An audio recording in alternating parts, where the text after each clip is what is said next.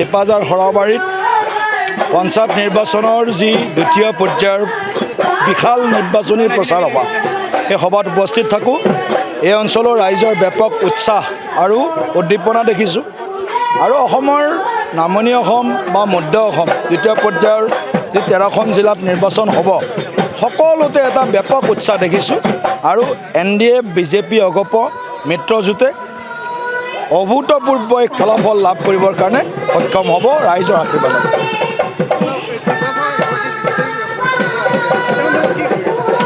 ক'বলৈ একো নাই, বহিষ্কাৰ আৰু কিবা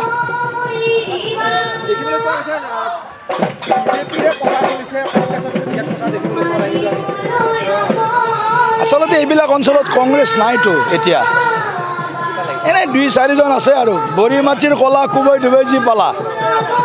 আমাৰ এটা কথা আছে, বড়ি মাটিৰ কলা কোবাই ডুবাই যি পালা, মানে ওখ মাটিখিনিত বেলেগ খেতি নহয়, এনেই কলা দালি কেইটামান ছিটাই থৈ দিয়ে, লাষ্টত যি আহে আহিব ফল। আৰু এইবিলাক অঞ্চল তেওঁলোকৰ কাৰণে তেনেকুৱা, বড়ি মাটিৰ কলা কোবাই ডুবাই যি পালা।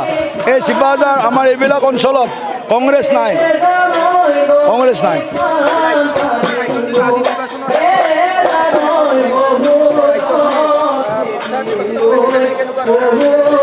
চব বহুত মানে খুব সকলো আমাৰ দলৰ NDAৰ নেতা কৰ্মী সকলোৱে খুব মানে আন্তৰিকতাৰে আৰু বহু কষ্টৰে এই প্ৰচাৰ অভিযানত অংশ লৈছে। আপোনালোকে দেখিলে যে পঞ্চায়ত নিৰ্বাচনত যিটো আগৰ পৰিৱেশ আছিল সেই সম্পূৰ্ণ তাৰ এটা বিপৰীত পৰিৱেশ বা পৰিস্থিতি, মানে পাৰ্লিয়ামেণ্ট নিৰ্বাচনতকৈ কম নহয়। পঞ্চায়ত নিৰ্বাচনত আমি এনেধৰণে সৰ্বশক্তিৰে ৰাইজৰ হৈ কাম কৰাৰ সংকল্প লৈ নিৰ্বাচনী প্ৰচাৰত অংশ লৈছোঁ।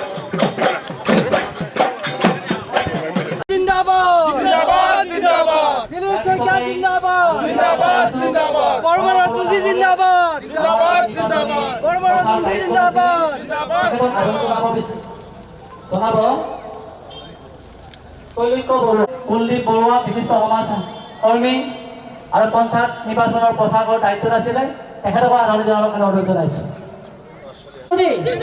ডক্টৰ হিমন্ত বিশ্ব শৰ্মা কৈছে যে চাউলটো দি আছে, দালিও কম দামত দিম, চেনিও কম দামত দিম, নিমখো কম দামত দিম, মিঠাতেলো গেছো কম দামত দিম।